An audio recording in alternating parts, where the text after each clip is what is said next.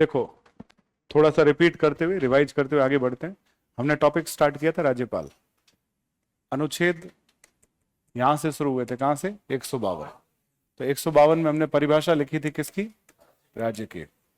तो राज्य की परिभाषा में कितने राज्यों की बात की गई है? 28। Very good. फिर हमने एक पद शुरू किया था, कौन सा? राज्यपाल। तो राज्यपाल के पद का पहला अनुच्छेद 153, तो ये कहता है प्रत्येक राज्य में एक राज्यपाल होगा, प्रत्येक राज्य में एक गवर्नर होगा। ठीक है। नेक्स्ट 154, संघ की, सॉरी, राज्य की कार्यपालिका शक्ति किसमें होगी?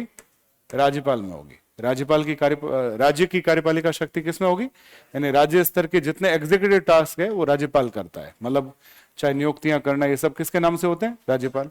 155 उसकी अपॉइंटमेंट, अपॉइंटमेंट मतलब नियुक्ति।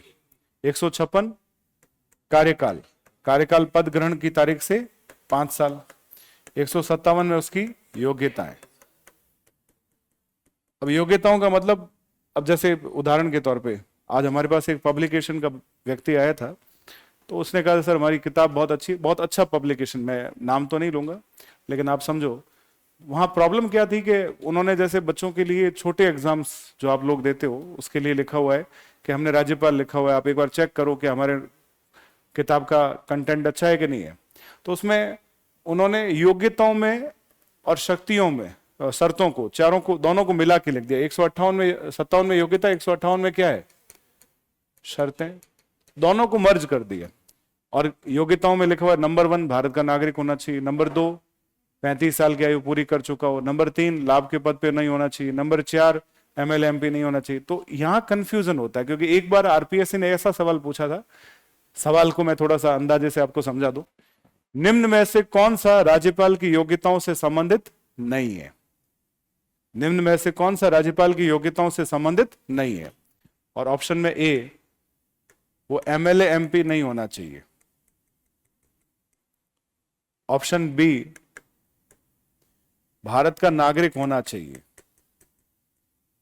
ऑप्शन सी, 35 साल की आयु पूरी कर चुका हो। और ऑप्शन डी, लाभ के पद पे नहीं होना चाहिए, लाभ के पद पे नहीं होना चाहिए। अब इसमें क्या सवाल पूछा? कौन सा राज्यपाल की योग्यताओं से संबंधित है? तो बताओ उत्तर क्या होगा? पहला वाला योग्यता नहीं है, क्या है? शर्त है। चौथी वाली भी योग्यता नहीं है, क्या है? शर्त है। लेकिन दूसरी और तीसरी क्या है? योग्यता है। तो उत्तर क्या होगा? बी और सी। मतलब केवल 2 सही है, सारे सही नहीं है।